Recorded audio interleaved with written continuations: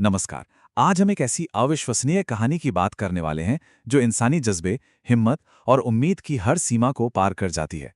ये कहानी है फ्लाइट NC-16002 की, एक ऐसी फ्लाइट जो 9 सालों तक दुनिया के लिए एक रहस्य बनी रही। जरा सोचिए, एक प्लेन अपनी मंजिल के लिए उड़ता है और फिर कुछ भी नहीं। ना कोई सिग्नल, ना कोई मलबा, ना कोई निशान, बस एक गहरी, खामोश पहेली। यही सवाल इस कहानी की असल शुरुआत है। ये वही तारीख थी जब एक डगलस DC-3 विमान, जिसमें 134 लोग सवार थे, हमेशा के लिए खो गया। और उसकी आखिरी लोकेशन, बदनाम बरमूडा ट्रायंगल। तो चलिए उस रात में वापस चलते हैं और समझने की कोशिश करते हैं कि आखिर हुआ क्या था। कैसे एक रूटीन फ्लाइट एक कभी ना खत्म होने वाले बुरे सपने में बदल गई। सब कुछ बिल्कुल नॉर्मल था। विमान 8,300 फीट की ऊंचाई पर था। कैप्टन रॉबर्ट मिलर कॉकपिट में थे, लेकिन तभी एयर ट्रैफिक कंट्रोल से उनका संपर्क टूट गया और प्लेन रडार से गायब हो गया, हमेशा के लिए। देखिए, विमान में कोई तकनीकी खराबी नहीं थी, नहीं, बल्कि वो बरमूडा ट्रायंगल के एक ऐसे अजीबोगरीब बवंडर में फंस गया था जिसके बारे में किसी ने कभी सुना तक नहीं था। विमान के सारे सिस्टम, सारे इलेक्ट्रॉनिक्स बंद हो गए और लगभग आधे घंटे तक वो बस तूफान के हाथों में एक खिलौने जैसा बन गया था। जब विमान तूफान से बाहर निकला तो उसका इंजन काम नहीं कर रहे थे। वो सीधा नीचे की तरफ गिर रहा था और सामने था एक अनजान द्वीप। और फिर जो हुआ वो किसी चमत्कार से कम नहीं था। विमान एक बहुत बड़े पेड़ की हजारों डालियों में किसी मकड़ी के जाले की तरह फंस गया। इसी पेड़ ने सभी 134 लोगों की जान बचा ली। जान तो बच गई थी, पर यह तो बस एक भयानक सफर की शुरुआत थी। अब उन्हें एक ऐसी दुनिया में जीना था जिसके बारे में वो कुछ भी नहीं जानते थे। मुश्किलें एक के बाद एक सामने आने लगी। 10 लोग बहुत बुरी तरह से घायल थे। पीने के लिए साफ पानी का कोई सोर्स नहीं था। और फिर खाने की तलाश में एक व्यक्ति ने अनजाने में एक जहरीला फल खा लिया और वो उस द्वीप पर मरने वाला पहला इंसान बना। उनकी आखिरी उम्मीद, रेडियो, वो भी टूट चुका था। इतनी नाउम्मीदी के बीच उम्मीद की एक छोटी सी किरण जली। एक टीनेज लड़के ने साइंस में अपनी दिलचस्पी का इस्तेमाल किया और अपने चश्मे के लेंस से सूखी पत्तियों पर आग जला दी। ये सिर्फ आग नहीं थी, ये उनकी पहली जीत थी, जिसने उन्हें गर्मी, सुरक्षा और थोड़ा सा हौसला दिया। और फिर दिन हफ्तों में, हफ्ते महीनों में और महीने सालों में बदलने लगे। बाहरी दुनिया के लिए वो खो चुके थे और उनके लिए बाहरी दुनिया एक धुंधली सी याद बनती जा रही थी। उधर अमेरिकी सरकार ने इतिहास का सबसे बड़ा सर्च ऑपरेशन चलाया, लेकिन विमान का एक छोटा सा टुकड़ा तक नहीं मिला।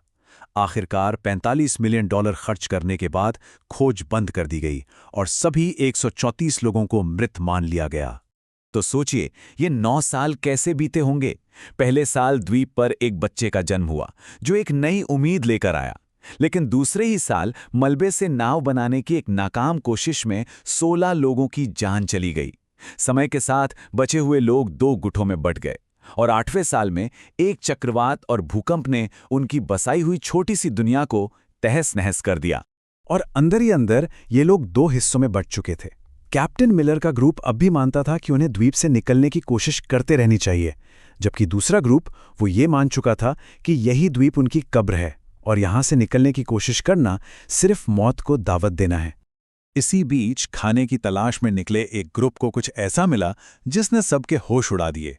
एक पुरानी टूटी-फूटी सभ्यता के खंडहर और एक गुफा में एक इंसानी कंकाल, जिसके ठीक पास में एक और भी पुराने विमान का टुकड़ा पड़ा था। इसका मतलब साफ था, वो यहां फंसने वाले पहले लोग नहीं थे। और फिर कहानी के 8वें साल में किस्मत ने एक ऐसा पासा फेंका जिसकी किसी ने कल्पना भी नहीं की थी। एक के बाद एक तबाही आई, लेकिन उन्हीं तबाहियों में उनके बचने का रास्ता छिपा हुआ था। पहले तो एक भयानक चक्रवात आया जिसने उनकी बस्तियों को उजाड़ दिया और उसके कुछ हफ्तों बाद एक जबरदस्त भूकंप आया। ये एक तबाही थी, लेकिन इसी तबाही ने सालों से एक ही जगह पड़े विमान के मलबे को अपनी जगह से हिला दिया और उसके नीचे दबे हुए कुछ तार बाहर आ गए। और जैसे कि किस्मत भी कोई कहानी लिख रही हो, ठीक उसी वक्त हजारों किलोमीटर दूर अंतरिक्ष में कुछ और हो रहा था। सूरज से निकली एक बहुत शक्तिशाली ऊर्जा की लहर, जिसे सोलर फ्लेयर कहते हैं, पृथ्वी के वायुमंडल से टकराई। एक ऐसा संयोग जो सब कुछ बदलने वाला था। भूकंप के कुछ दिनों बाद एक इंजीनियर आर्थर वेन्स बस यूं ही मलबे का मुआयना कर रहा था। उसने रेडियो का एक स्विच दबाया और भूकंप से हिले तारों और सोलर तूफान के असर से 9 सालों में पहली बार रेडियो की एक छोटी सी हरी बत्ती जल उठी। उसकी आवाज़ कांप रही थी, लेकिन उसने माइक उठाया और वो शब्द कहे जिसने इतिहास बदल दिया। मियामी एयर ट्रैफिक कंट्रोल में जब ये आवाज़ सुनी गई तो किसी को अपने कानों पर यकीन नहीं हुआ, लेकिन जब आर्थर ने विमान का रजिस्ट्रेशन नंबर और कैप्टन का नाम बताया तो पूरे कंट्रोल रूम में पिन ड्रॉप साइलेंस छा गया। बचाव अभियान तुरंत दोबारा शुरू किया गया, लेकिन इस बार वो किसी मलबे को नहीं खोज रहे थे। वो जानते थे कि वो जिंदा लोगों को खोज रहे हैं। चलिए देखते हैं कि कैसे ये दर्दनाक इंतजार खत्म हुआ। ये कहानी शुरू हुई थी 134 लोगों से। 134 जिंदगियां, 134 सपने जो एक ही पल में कहीं खो गए थे। 9 साल, सोचिए, पूरे 9 साल उन्होंने संघर्ष किया, एक अनजान द्वीप पर, दुनिया की नजरों से, यादों से, हर चीज से पूरी तरह कटे हुए। और आखिर में उनमें से 82 लोग जिंदा बचे। 82 लोग जिन्होंने बीमारी, भूख, तूफान और नाउम्मीदी सबको हरा दिया। और जब अमेरिकी नेवी का जहाज पहली बार द्वीप के पास देखा तो 9 साल का दबा हुआ हर जख्म, हर दर्द आंसुओं के सैलाब में बह निकला। इस घटना पर बनी किताब लॉस्ट इन द इको की ये एक लाइन इस पूरी कहानी का सार है। ये हमें सिखाती है कि हालात चाहे कितने भी मुश्किल क्यों न हो, उम्मीद की एक छोटी सी किरण भी सबसे घने अंधेरे को चीरने की ताकत रखती है।